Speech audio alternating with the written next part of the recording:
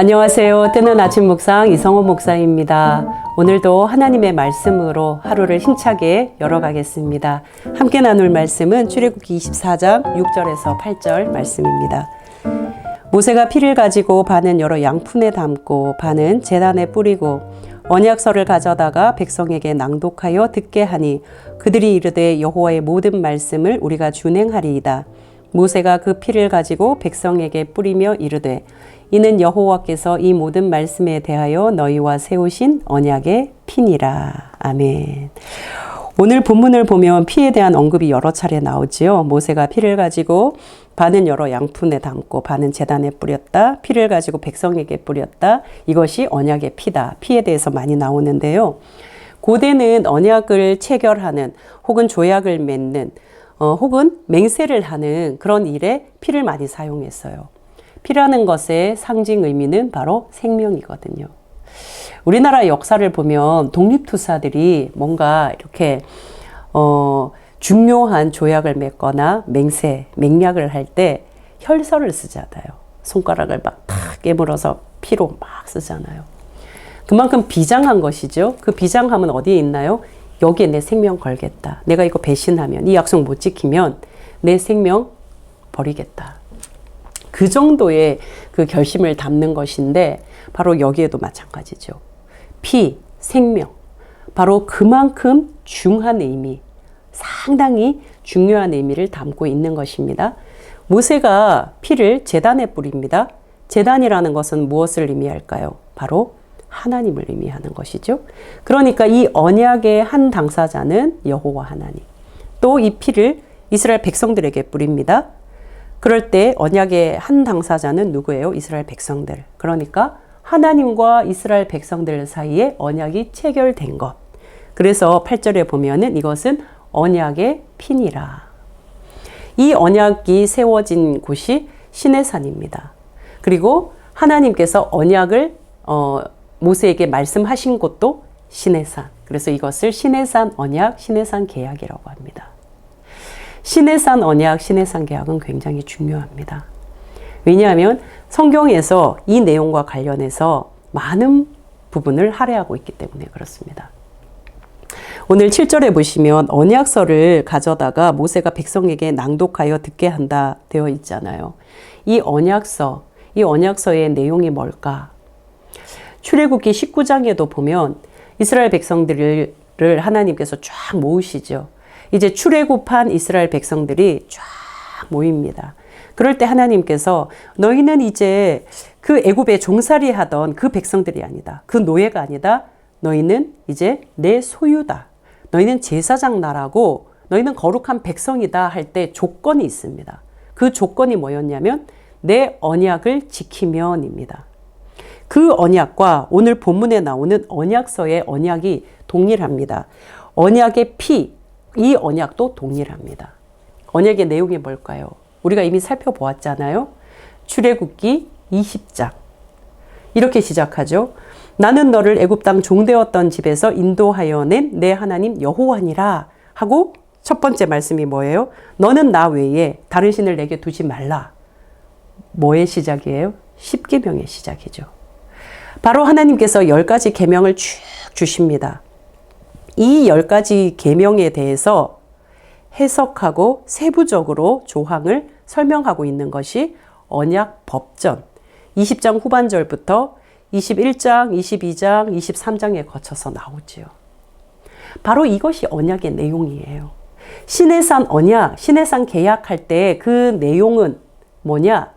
언약 법전, 더 핵심적으로는 십계명이라는 얘기죠.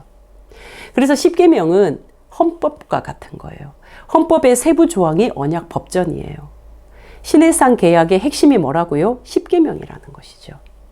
이것이 왜 중요하냐면 여러분 이것이요. 이후에 25장부터 시작해서 40장, 출애굽기 40장까지 성막에 대한 내용이 나오는데 이 성막에 대한 내용도 이 말씀의 연장선으로 쭉 곳곳에 해석되고 있어요.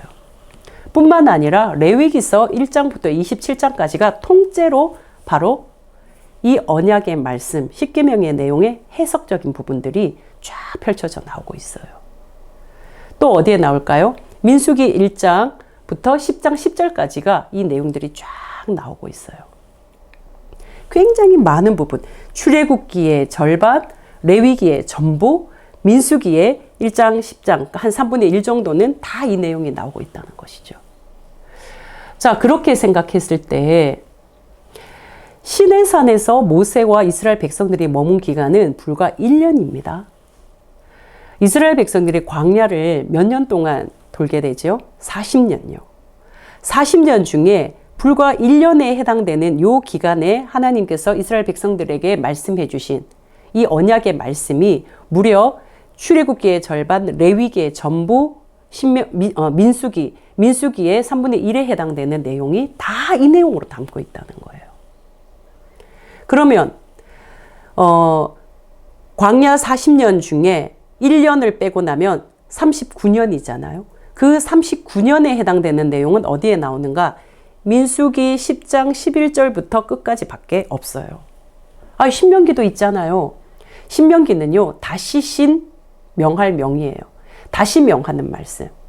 그러니까 이미 전달되었던 이 율법의 말씀을 다시 이제 가나안 목전에 두고 다시 모세가 이스라엘 백성들에게 상기시키는 내용이 신명기입니다. 그래서 신명기 1장에 보면은요, 너희가 출애굽한 지 이제 40년째 되는 해 11월 1일 율법을 말씀하고 있는 그 내용이에요. 그러니까 기간으로 따지면 불과 1년에 해당되는 이 시내산에서의 머문 기간 중에 하나님께서 모세에게 전한 이 언약의 말씀이 무려 모세 오경의 절반 이상, 한 3분의 2 정도가 바로 이 내용으로 설명하고 있는 것이죠. 여기에만 있는 게 아니에요. 이 십계명에 대한 정신은요, 구약 곳곳에 예언서든 문학서든 곳곳에 흐르고 있고요. 신약 성경 안에서도 예수님께서 이 십계명의 내용과 관련해서 확장, 확대, 깊이 있게 풀어내신다고요. 성경에 나오는 사건들, 사례들, 삶의 내용들, 그 한 부분마다 이 십계명을 해석하고 십계명을 적용하는 부분이 나오는 거예요. 예를 들면 이런 거죠. 십계명에 보면은 도둑질 하지 마라, 살인하지 마라, 간음하지 마라, 이런 내용들이 나와요. 내 이웃의 것 탐내지 마라. 그럴 때 우리는 내가 저 사람 물건 안 훔쳤으니까 난 도둑질 아니네? 물건 훔친 거? 이거 말하나? 그런데 언약 법전들에 보면은요, 단순히 물건 훔친 것만이 도둑질이 아니라는 것을 설명해요. 사건들에 보면은 너의 지위를 이용해서 누군가가 누려야 할 동등한 권리를 누리지 못하게 하는 거, 너 그 사람의 생활권을 훔친 거야. 도둑질이야. 누군가의 마음을 훔친 거, 누군가의 정신을 훔친 거, 공적인 영역, 모두가 함께 쓰는 자리에서 내가 사적인 어떤 행동을 했을 때 이거 훔친 거야. 도둑질이야 라고 하는 것이죠.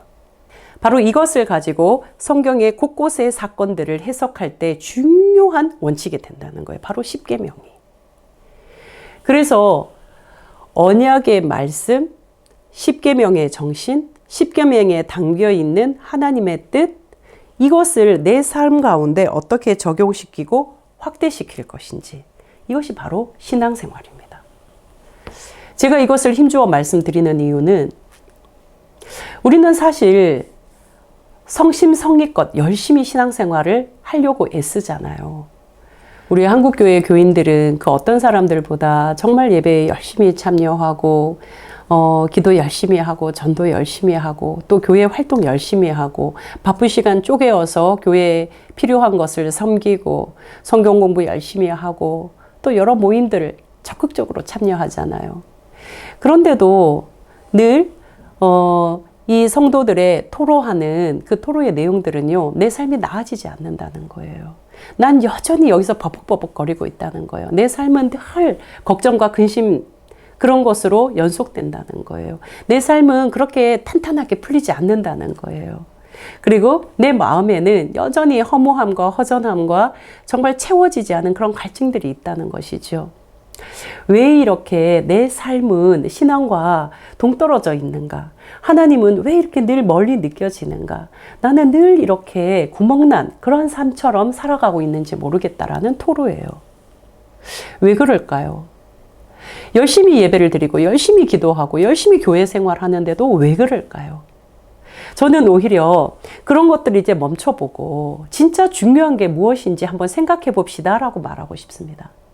제가 전달하고 싶은 내용은 우리가 하나님의 마음, 하나님의 그 방향 안에 내가 내 삶의 방향도 설정되어 있는지를 한번 살펴보자 하는 것입니다. 하나님이 원하시는 삶이 어떤 것인지를 내가 분명히 알고 있냐라는 것입니다. 그리고 그 방향으로 내 삶에, 내 일상에 적용해 가고 있는가입니다. 우리가 정말 하나님의 마음을 잘 알고 있을까? 하나님이 기뻐하시는 것에 내 마음을 두고 있을까? 내가 그 방향으로 서 있을까라는 것이지요. 그런 의미에서 십계명의 정신, 십계명에 담겨 있는 하나님의 마음을 우리는 잘 알고 있는가를 물어야 하는 것이지요. 여러분, 우리가 십계명의 내용이 복잡하고 막 까다롭고 어려운 게 아니잖아요. 딱 두 가지 아닙니까? 하나님 사랑하라, 이웃 사랑하라. 그런데 이 십계명의 내용을 설명하고 있는 언약 법전들은 그 내용들 우리가 살펴보았죠. 상해법, 보상법, 폭행법, 여러 가지 그 법들이 무엇에 초점이 맞춰져 있나요? 바로 이웃과의 관계에 초점이 맞추어져 있어요. 십계명을 말씀하신 이 헌법과 같은 십계명을 말씀하신 하나님은 이것을 상세하게 설명하고 적용시키는 것에서는 하나님과 관련된 하나님을 사랑하라는 것에 대한 내용은 10%밖에 담고 있지 않아요. 나머지 90% 절대적인 양은 이웃을 어떻게 사랑할 수 있는지, 이웃을 어떻게 배려하고 존중하고 사랑해야 하는지, 어떻게 타인과 관계를 맺고 살아가야 하는지, 더 확장해서는 이 땅에 존재하고 있는 모든 피조물들, 생명체들, 이 생명이 있는 존재들과 어떻게 함께 어우러져 살아가야 하는지에 대한 설명입니다. 그런데 우리는 하나님을 믿는다고 하면서 신앙생활을 한다고 하면서 여기에 관심을 두는 것이 아니라 내가 하나님을 잘 섬겨서 내가 혹은 내 식구가, 내 가족이, 내가 살아가는 내 삶의 자리만 복받는 것에 집중되어 있기 때문에 하나님이 바라시고 하나님이 우리에게 가르쳐 주시는 것과는 전혀 다른 방향에 서 있다는 것이죠. 이것이 바로 우리의 삶을 무너지게 하는 이유란 말입니다. 우리의 삶에 새로운 공기가 스며들지 않는 이유란 말입니다. 내가 진정한 삶의 의미와 가치를 모르고 늘 허무해지는 이유란 말입니다. 내가 무언가를 가졌다고 하면서 절대적인 내 마음의 자족감을 누리지 못하는 이유란 말입니다. 하나님은 하나님 사랑하라는 것에 우리에게 가르침 10%에 불과합니다. 90% 절대적인 것은 이웃과 어떤 관계를 맺고 이웃을 어떻게 사랑하며 살아가야 할지에 대한 그 내용을 90% 우리에게 가르쳐주고 있다는 것이죠. 그러면 우리의 관심은 어디 가야 할까요? 하나님이 말씀하신 것에 우리의 관심, 우리의 목표, 우리의 삶의 방향을 두어야 하는 것이죠. 사랑하는 뜨아 가족 여러분, 하나님이 가르치는 것에 우리의 눈이 갔으면 좋겠습니다. 오늘 하루는요. 그리고 앞으로의 시간은요. 그 방향에 서 있었으면 좋겠습니다. 그 방향에서 내가 조금 용기가 없을 때, 내가 조금 결단심이 부족할 때, 내가 좀 무너질 때 다른 공동체 식구들이 함께 손을 잡고 일으켜 주면서 그 길을 담대히 걸어가는 것. 여러분, 이것이 멋진 신앙생활입니다. 우리 뜨아 가족들, 오늘 하루도 하나님이 바라보게 하시는, 하나님이 원하시는 곳으로 우리의 시선을 돌리고 몸을 돌리고 삶의 방향을 돌리면서 정말 이웃들과 함께 행복하게 살아갈 수 있는 오늘 하루가 되었으면 좋겠습니다. 기도하겠습니다. 사랑하는 하나님, 오늘도 말씀 안에서 하나님이 우리에게 가르쳐 주신 이 말씀을 아멘으로 받기를 원합니다. 이스라엘 백성들이 모세가 율법서를 낭독할 때에 그 언약서 낭독된 대로 들리는 대로 아멘 했던 것처럼 우리도 아멘 하면서 오늘 하루 내게 주어진 이 삶에서 하나님의 말씀을 적용하고 실천하게 하여 주십시오. 예수 그리스도의 이름으로 기도합니다. 아멘.